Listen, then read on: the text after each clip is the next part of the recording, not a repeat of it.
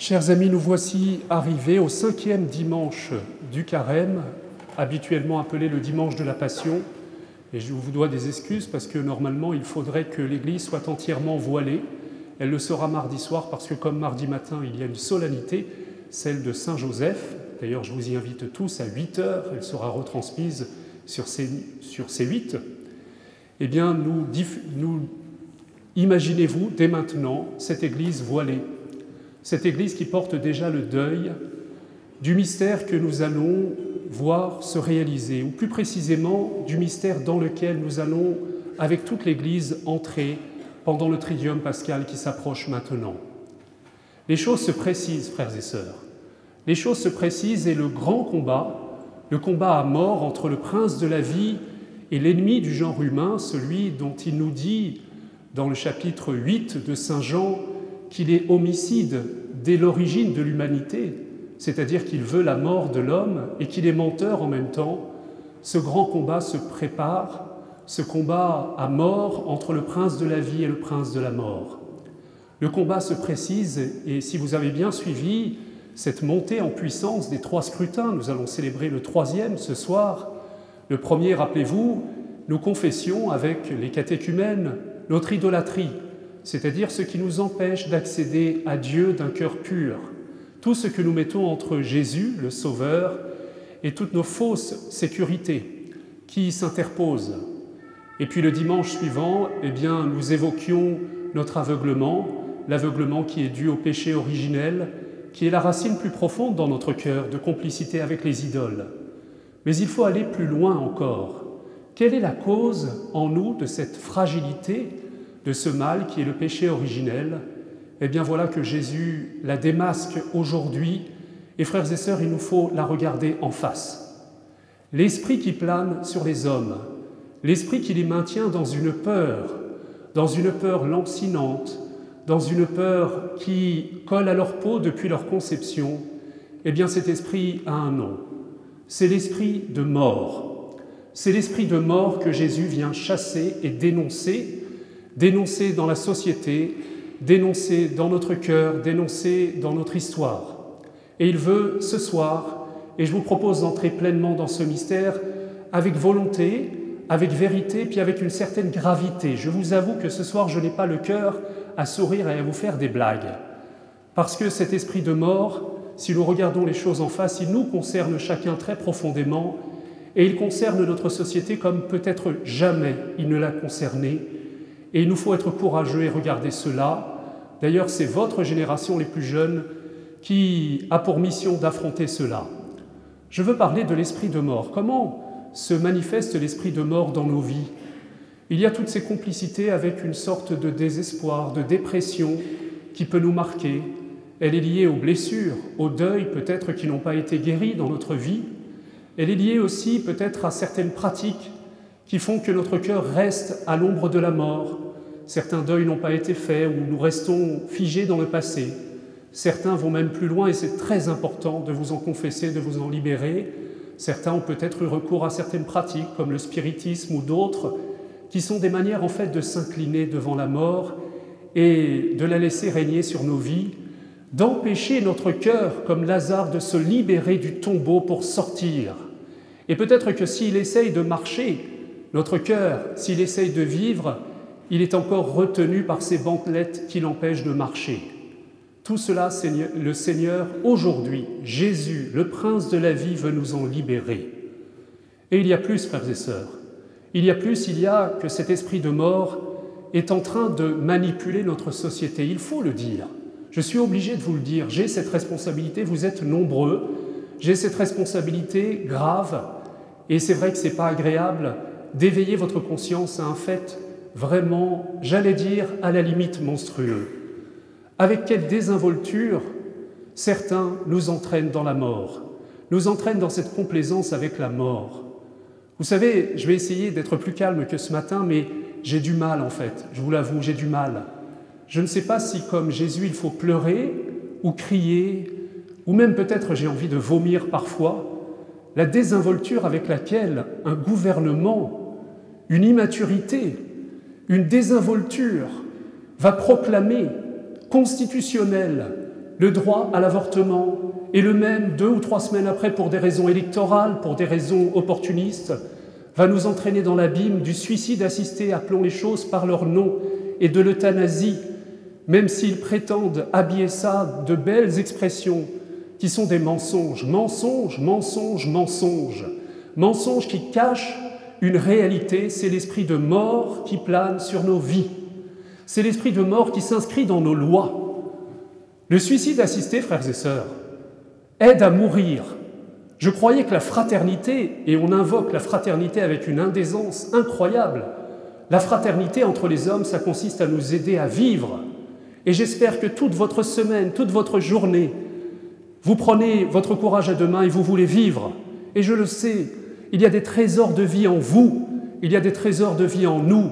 Il y a ceux qui s'avancent courageusement dans la vie, il y a ceux qui se relèvent tous les matins, et chaque matin, lorsque nous nous levons, eh bien nous faisons comme Jésus qui sort du tombeau, qui se lève pour vivre, pour affronter la vie. La bonne nouvelle de la vie, disait saint Jean-Paul II, dans cette magnifique encyclique que je vous invite à relire dans cette semaine, Evangelium Vitae, il s'effrayait que dans nos sociétés désenchantées qui ont évacué tout sacré, nos sociétés occidentales, en réalité, eh bien, il y a encore une divinité devant laquelle nous nous inclinons, c'est la mort, comme si elle était victorieuse. On s'incline devant elle. Vous savez, même les plus païens, eh bien, enlèvent leur chapeau devant la mort, ils s'inclinent devant elle, ils lui rendent avec des sacrifices humains tous les honneurs dus à une souveraine. Eh bien, je vous l'annonce, nous annonçons la mort de Jésus, du prince de la vie, mais nous proclamons la victoire de la résurrection. Et nous ne pouvons pas rester à l'ombre de la mort. Et nous ne pouvons pas pactiser avec cet esprit de résignation de mort. Et nous ne pouvons pas pactiser avec tous ces mensonges. Soyons clairs, soyons courageux. Regardons les choses en face, on nous ment. Ça n'est pas une aide. Ça n'est pas une aide de vouloir faire mourir les autres. Et ça n'est pas de la charité. Cette inversion diabolique qui dit que la compassion, c'est d'aider à mourir. Vous savez, je vous l'avoue, il y a des gens qui disent que ça n'est pas charitable de laisser vivre un enfant qui est handicapé. Quel retournement diabolique! Comme si la compassion menait à ce qui arrive aujourd'hui. Le savez-vous? Un enfant sur 100 atteint de trisomie sort vivant du sein maternel. Est-ce qu'on peut dire qu'on a progressé en civilisation? Est-ce qu'on peut dire qu'on est plus civilisé que ceux du passé? Dans les années 30, on ne disait pas des choses aussi horribles, disons-le. On le disait moins hypocritement, figurez-vous. Parce qu'aujourd'hui, ça se drape, eh bien, d'une espèce de tolérance morbide, mortifère. Frères et sœurs, je vous propose de demander au Seigneur de réveiller nos consciences. D'abord de nous libérer personnellement et de nous faire voir tous les lieux où, dans notre vie, et bien sûr, ça n'est pas notre faute souvent, parce que nous avons vécu des choses difficiles, eh bien, dans notre vie, il y a ces complicités dont Jésus veut nous libérer. Il veut délier les bandelettes qui empêchent la vie en nous de sortir du tombeau. C'est pour cela qu'il est venu sur terre.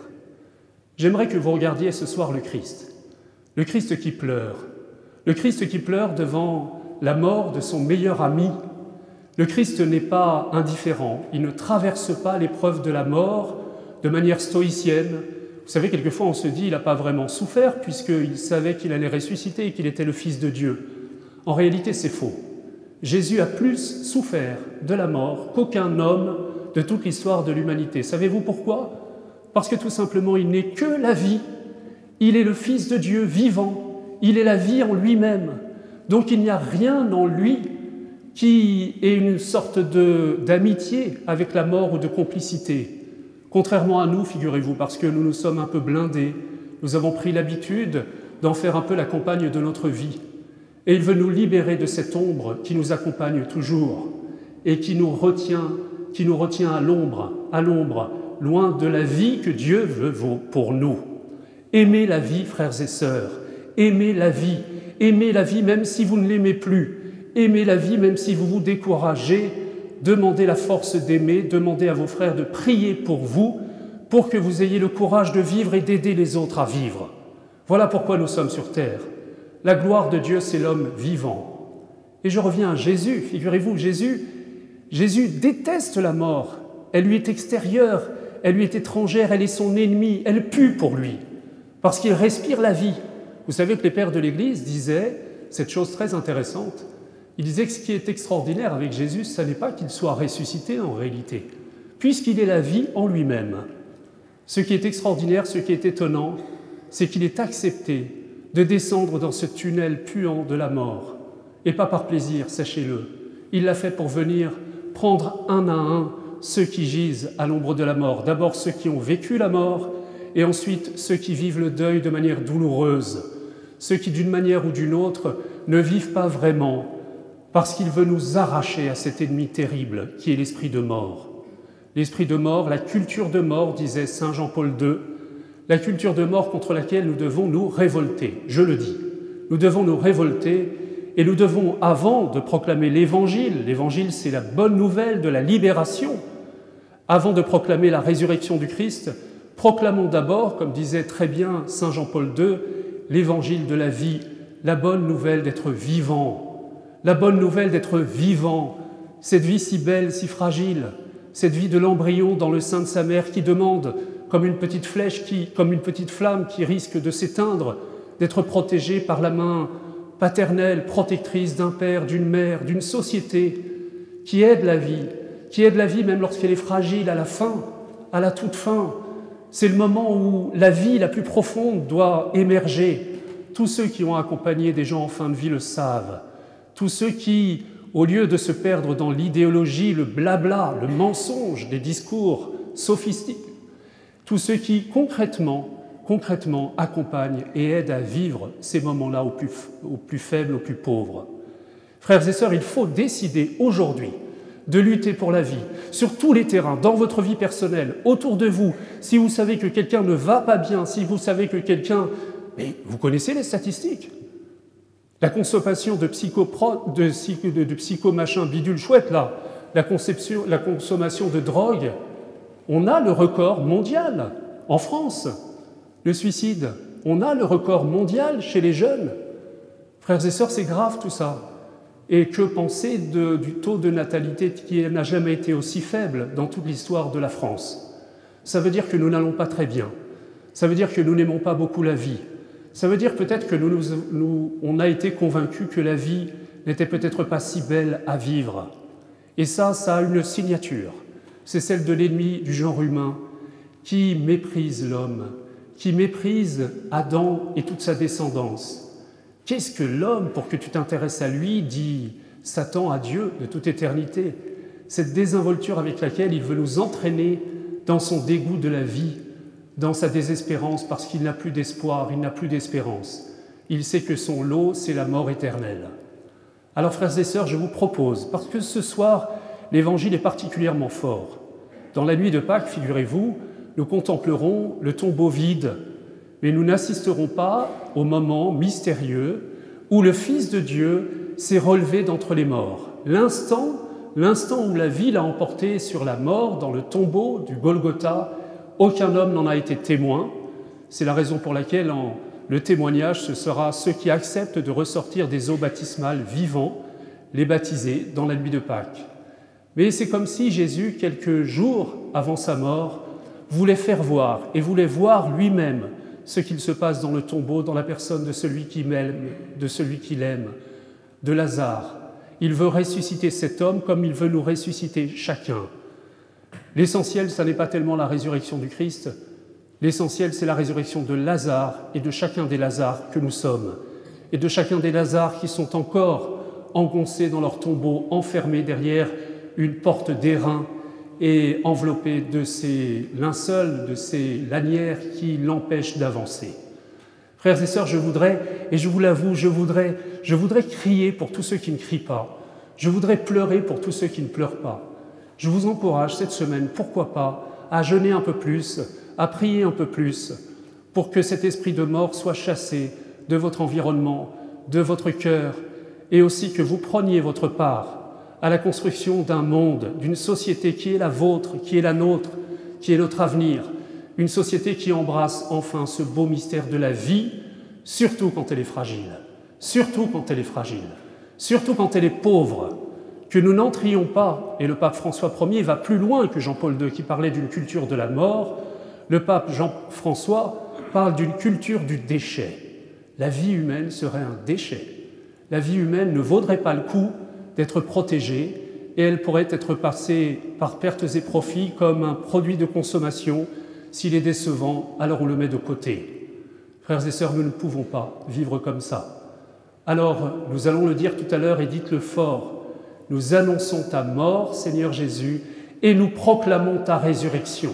Et dites-le intérieurement en prenant à témoin l'esprit de mort et dites-lui qu'il a perdu et que vous ne voulez plus vous incliner devant lui. Amen.